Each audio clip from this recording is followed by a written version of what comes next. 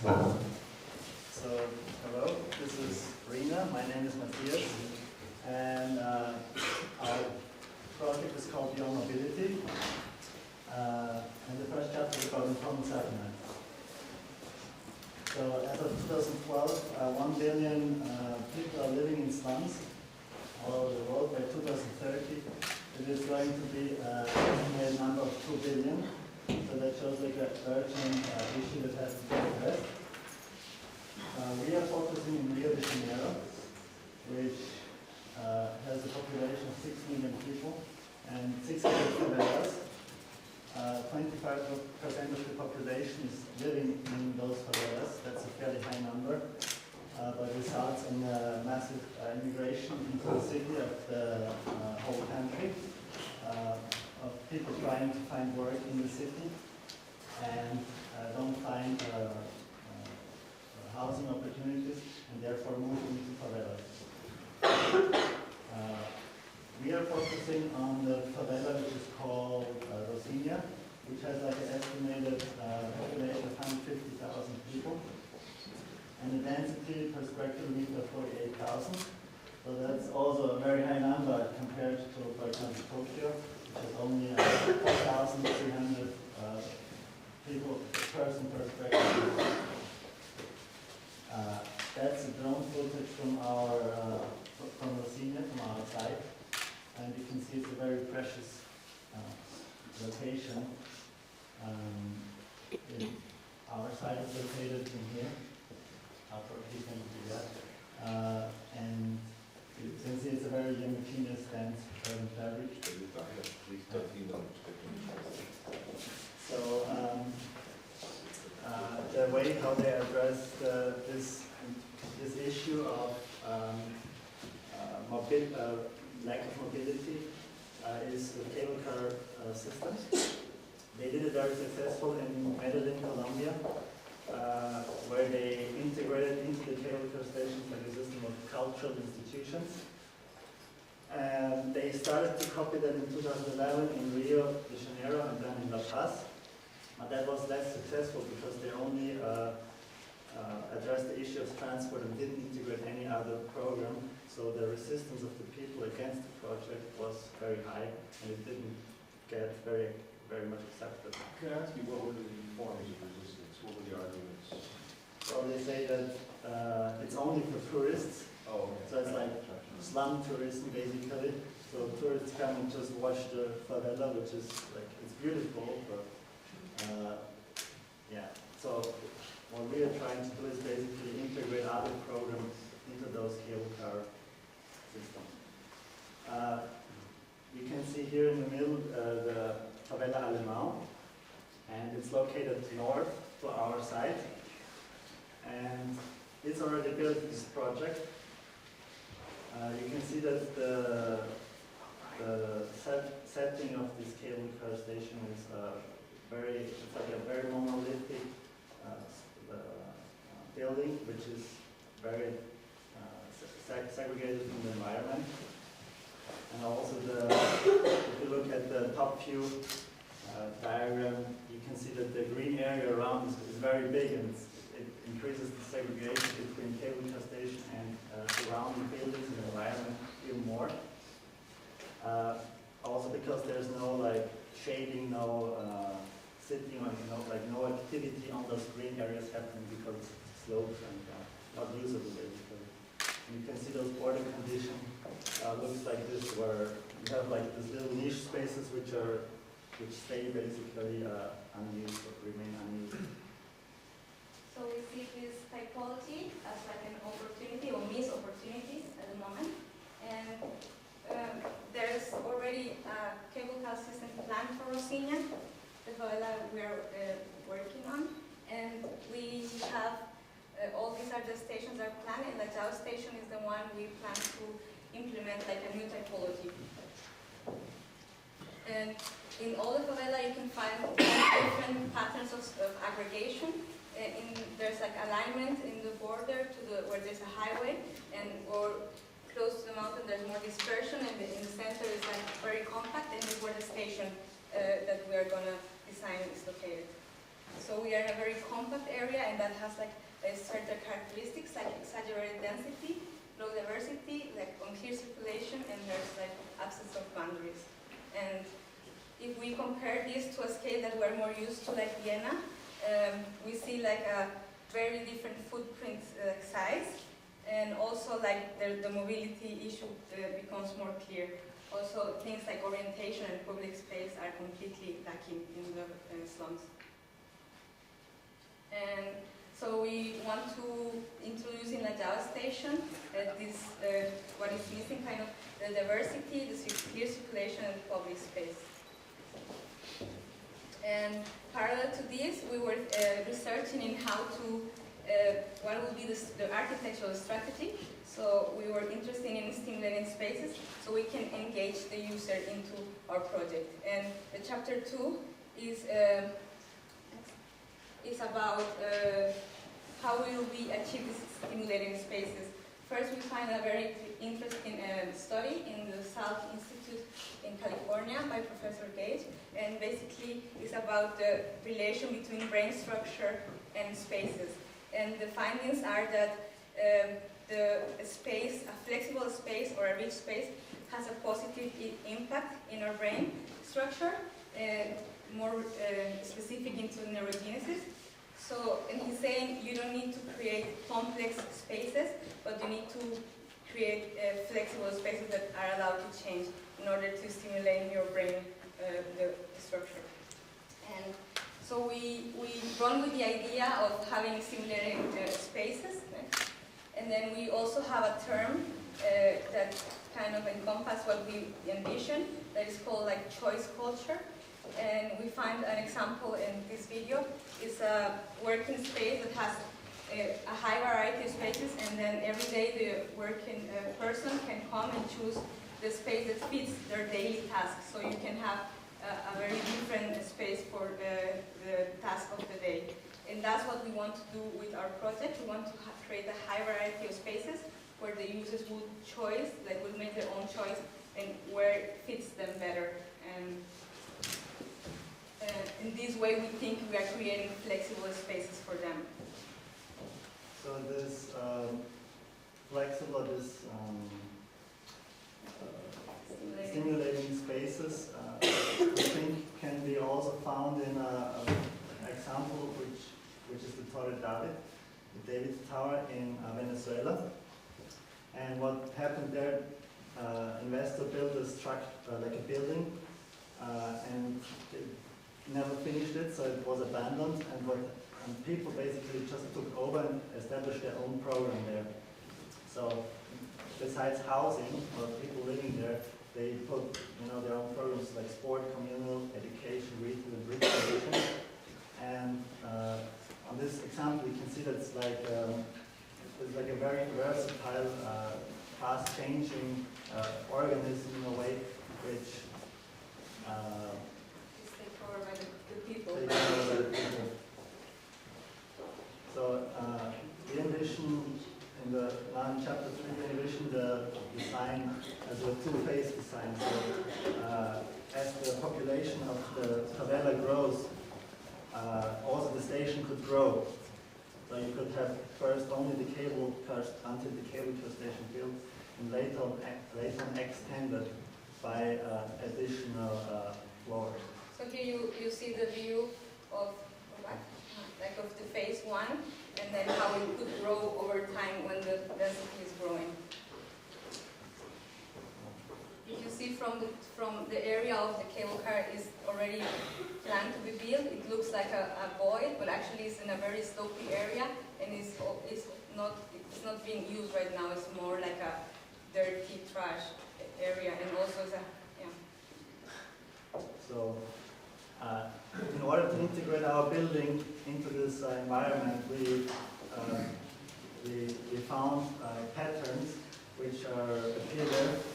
So there's like this unstable pattern and like a stable pattern between this transition. What that means is that in the unstable pattern is usually a younger area, while in the stable one you have like a mature area, so like the buildings are already longer there, and therefore oriented themselves into one direction.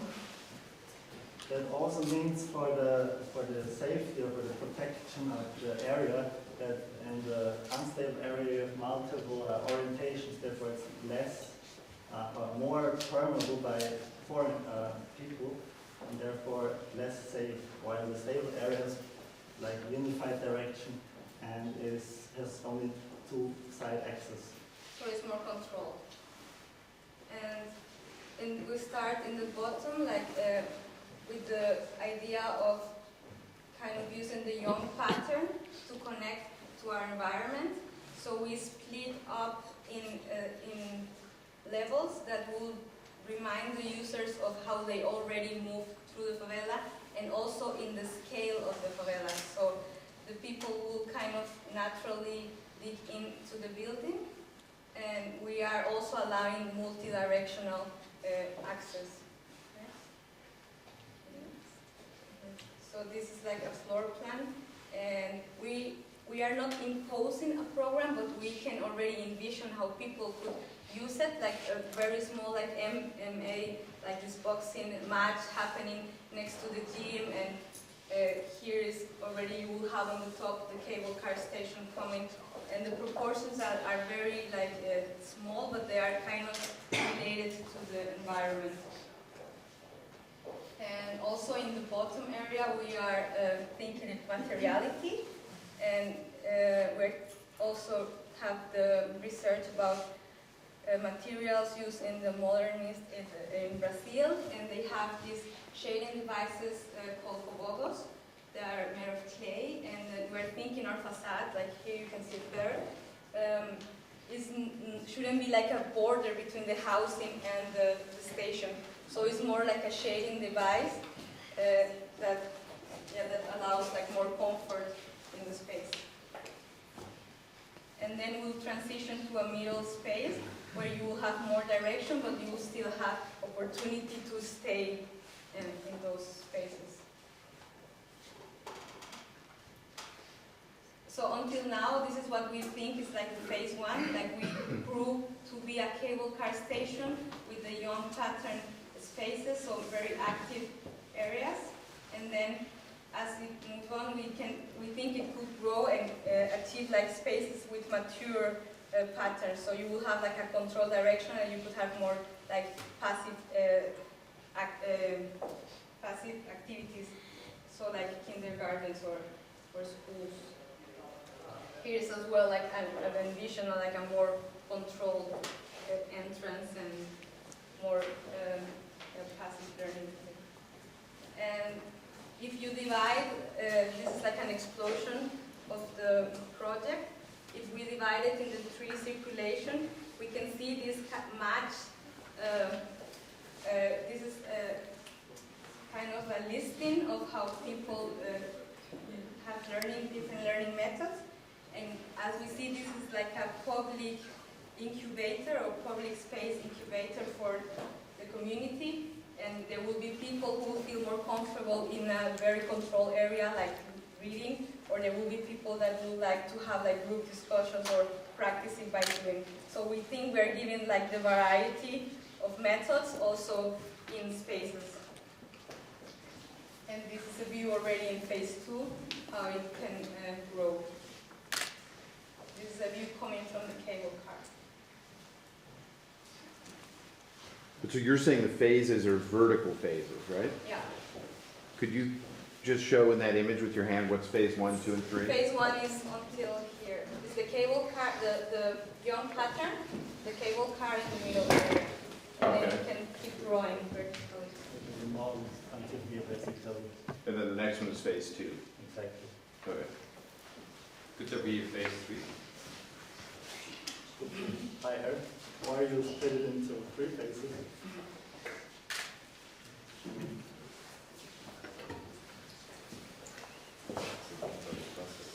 Yeah.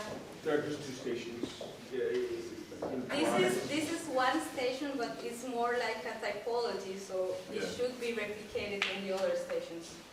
And it should like react to this, because this is in the middle of the favela, so it's very compact, but if you do that in the beginning where it's very aligned, I think that it will change. bottom part is kind of, it takes this pattern, this very dispersed pattern, where people come from all directions, and that probably would change then in a different type of more alienated surrounding. So are you guys you advocating the tourism here, or are you harnessing it? I'm a little confused. It's the problem that I mean, they will still come, the tourism, they will still take the cable car to see the urban fabric, but we are given focus in the community, like we're given space that they can take over and make their activities.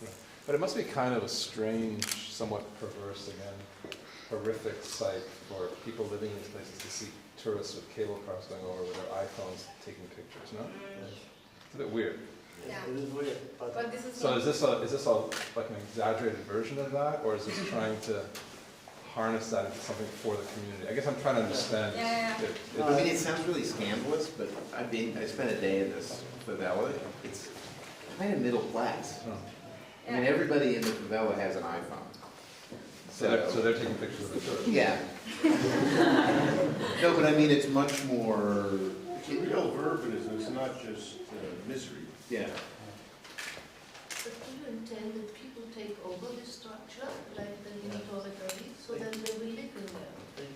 actually, it's more like educational, like incubating, you know, like they could bring their, I don't know, books and learn there. Or they could, Collective social. yeah. exactly, because they don't have any, it's like a plaza, but multiplied, you know, they multiply the space, because there is no. Yeah.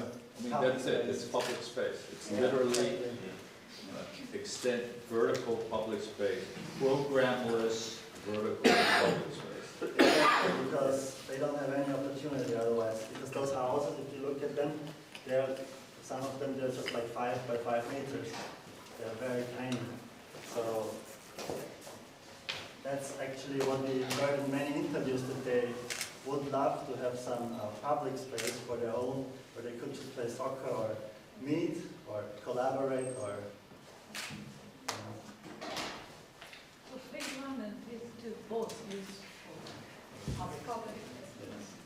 But But it allows different uses, like this.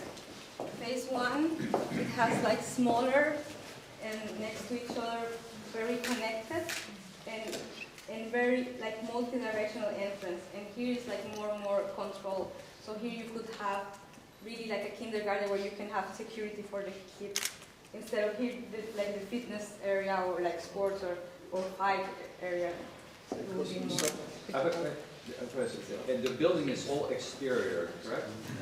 So can you explain to me what the facade is doing? What's the like why is shading the the facade lights. like it is? And what the, Because in Korea, the morning sun is very strong. So that's east. And so you have to, basically the biggest issue is shading. And otherwise it's very open. If you put glass there, they will probably break it because they but don't on the north side it also has the sun actually moves like this in Rio. So in the south, there's okay, no the sun. south. So we opened it towards here. So, but you also have louvers towards. Yeah, it's just like the amount, let's say, or like density gets like denser and then less dense. Like we keep it as a shading device, but we protect the problematic areas, and it Okay, gets so almost it's close. denser in the Yeah, Yeah, north, yeah, exactly. least dense in the south. exactly. And where's the south? So it's here. So, and on the bottom, we think that it could be like tiles, like clay tiles.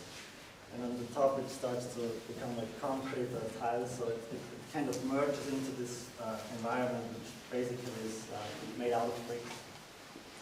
Would the project work without the cable car? Good question.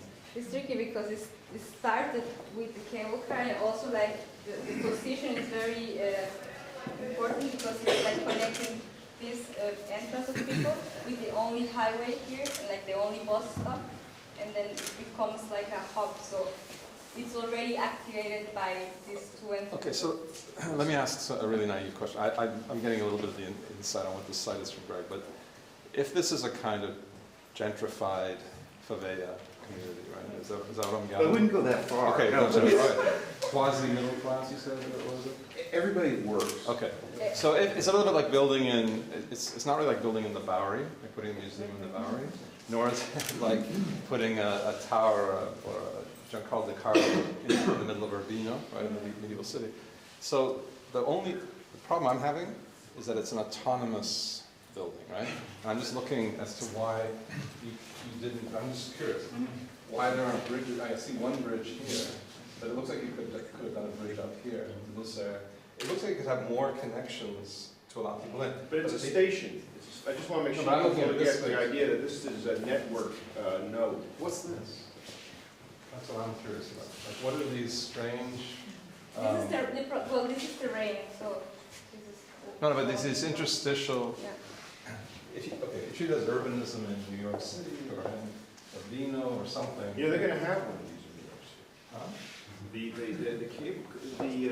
So it's all about the the cable funicular car. There's thing. no connection. No, to but the Hani's right, because the greatest thing about the urbanism here is that you're between two houses and suddenly you feel like you're in somebody's living room and then you're on somebody's roof and then you're going down through a tunnel under a bridge.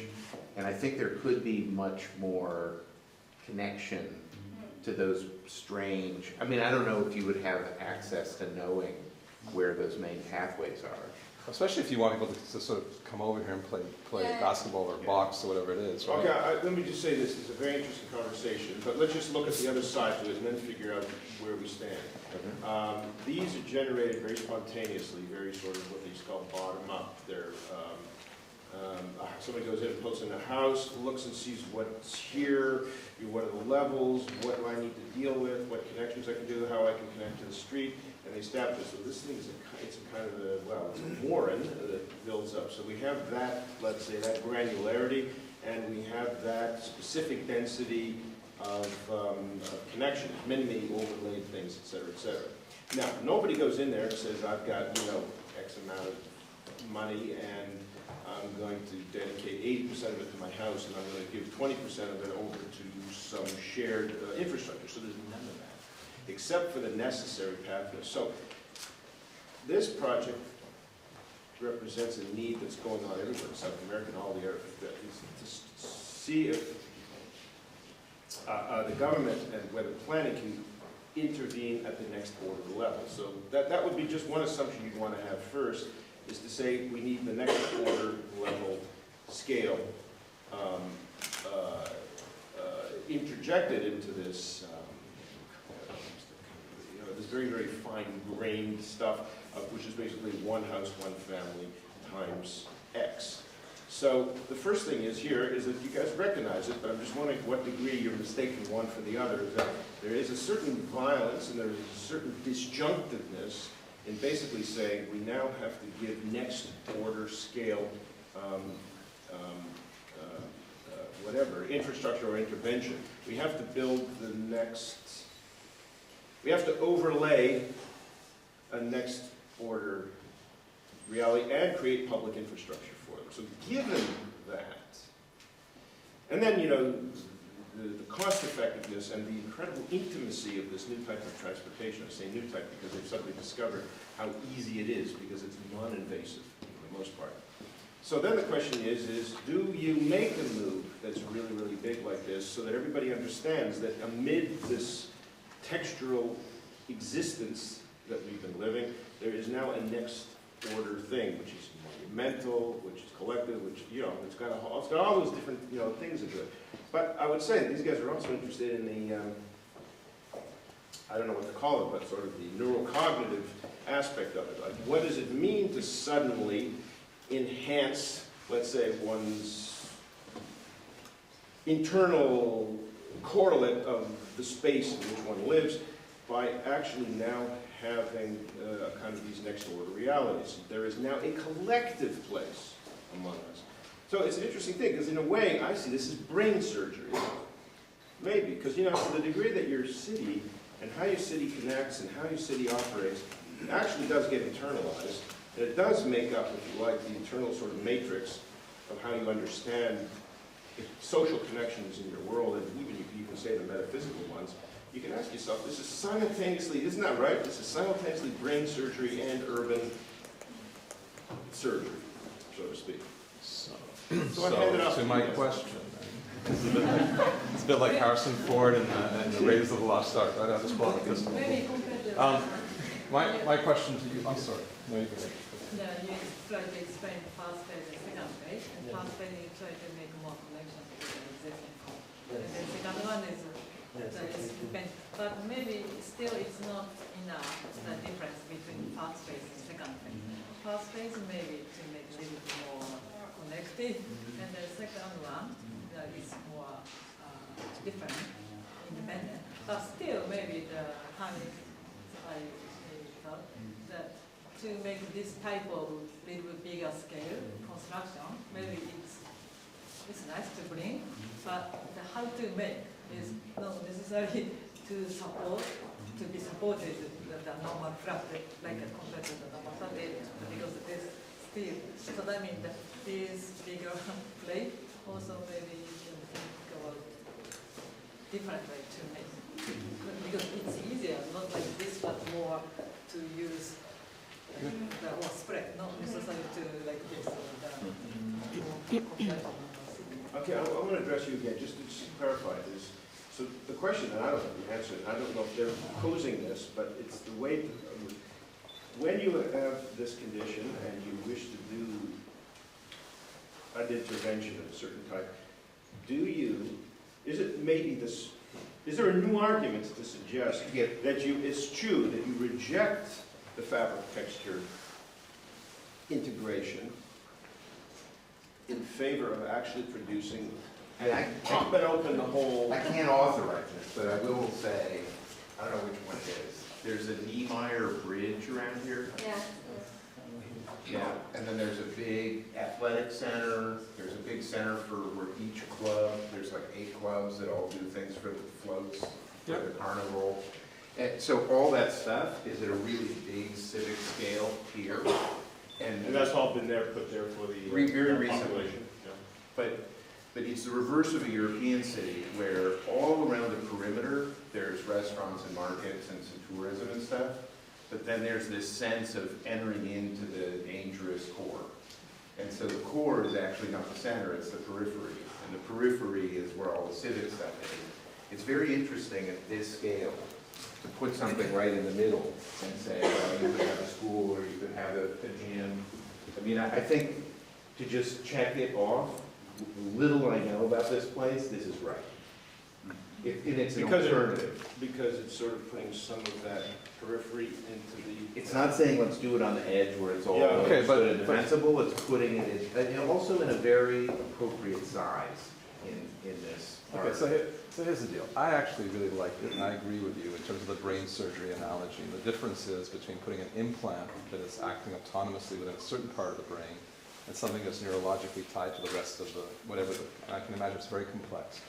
So to Sejima, to Kazuyo Sejima, I don't know, to Sejima, that to her point as well is that if you're really going to neurally network this thing back into place, because I think it's a very strong project. The model is beautiful, for sure, and the drawings are spectacular. The project's great. But I'm just curious as to why you didn't do diagonal bridges into the structure. That if the people really are the people who are it's appealing to the community, because the tram is appealing to the visitors, right?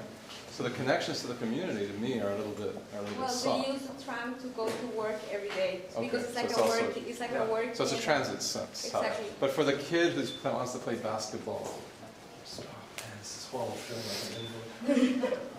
You also have to think that. If a kid wants to play basketball, you're asking him to run down all the stairs. This is how they move every day. Exactly. You're putting something new. So if you had one diagonal bridge.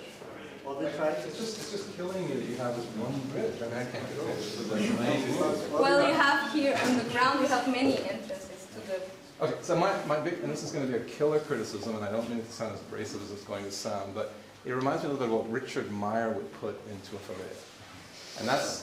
And I just can't kind of get my head around what's this language? Like, where does the language fit with this morphology? That's part of the other problem I'm having.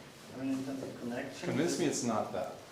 In terms of connection, we tried to keep the lower part very connected to the environment. Yeah. And the upper part, we tried to keep it more private. So it needs so more elitist? Is it elitist? Sorry? Is it more lifted up from the people? It's more elitist, harder to get to, more... Is it like for passive activities, so it will be controlled, so you don't, like the idea of the same favelas, like when they are young? So it's a bit like all the webcams hidden in the Airbnb. Yes. It's basically like passive learning, passive reading, and down there you can collaborate. All right. Purely active. We tried to create these two contrasts, this polarizing condition. I want to address a couple of very sort of simple tectonic things. I mean, you have the typology of the tower, and it rises out of an environment that has like incredibly small floor plates, right? But your building has a kind of a large floor plate, right? And your floor plate, just hear me out. And your floor plate, as you're phasing this project, the floor plate is reducing. I would almost want to see your building upside down, right? Where you actually start with a small floor plate, right? Start with the grain of the fabric that is already there, and then try to increase the floor plate as higher as you go. Because when I walk around your model, there's some really, literally abysmal sort of spaces happening all in these areas where the building sort of engages its context.